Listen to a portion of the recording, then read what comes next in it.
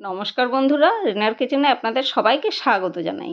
আজকে একটা নরম তুলতুলের নতুন রেসিপি, নতুন পরোটা নিয়ে চলে এলাম। তার জন্য নিয়েছি 2 বাটি ময়দা আর স্বাদ মতন লবণ, আর তার সঙ্গে 2 বাটি জল দিয়ে একটু গুলে নিয়েছি।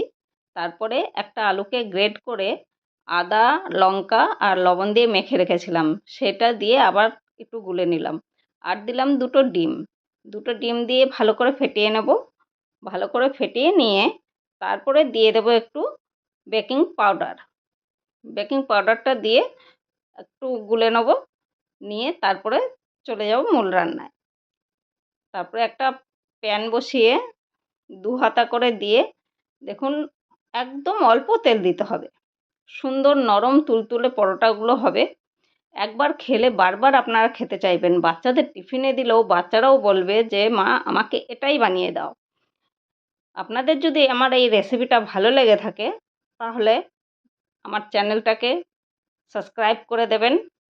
আর যদি ফেসবুক থেকে দেখেন তাহলে আমার পেজটাকে ফলো করে রাখবেন।